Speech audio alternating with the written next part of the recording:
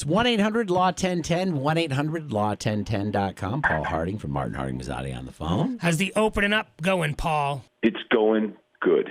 Good. We are, it's back. And, after the first week, you start kind of forgetting. Yes. That you weren't there for a while. Yeah, it feels good. Oh, I thought you meant forgetting to be, like me, when you say forgetting, that means complacent, meaning I forget to wear my mask. And that's what that's not what you meant.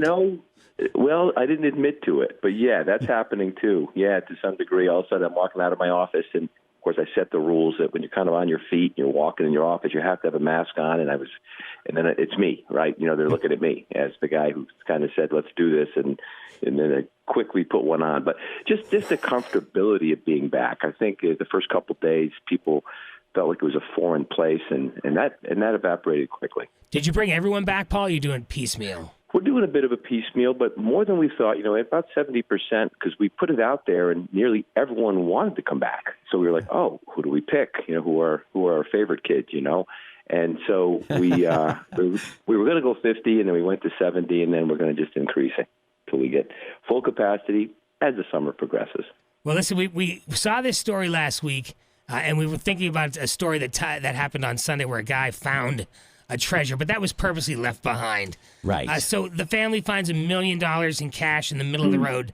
They turn it into their local sheriffs. Do they have to turn it in? Are they obligated to get a piece of it? They were driving down the highway. They ran over it on the turnpike or something. From the post office? Yeah. Yeah, it's that moral obligation, right? So what do you do when you find they thought it was trash? These are good people, right? There's a lot of cars avoiding these bags. They say, hey, there's bags in the road. We're going to go clean them up. So they go pick up the bags, bring them home. By the time they get home, they go to throw it out and realize it's money, and there's envelopes and all that. Well, the rule in New York is a rule that's pretty much throughout the country. That changes a little bit. But if you find, $20 or more, you actually have 10 days to report it to the police or to find the owner. And New York's got this thing that if you don't do it, technically, no one will prosecute.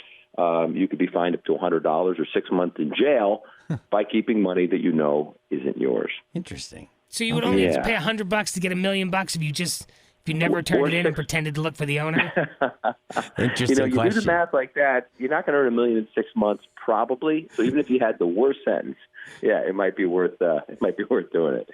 So yeah, they did it, and but they, it's funny when you find the money like that, you always think it's going to be some kind of a really mystery, or it's going to maybe drug money, or maybe it's going to be something with some excitement around it.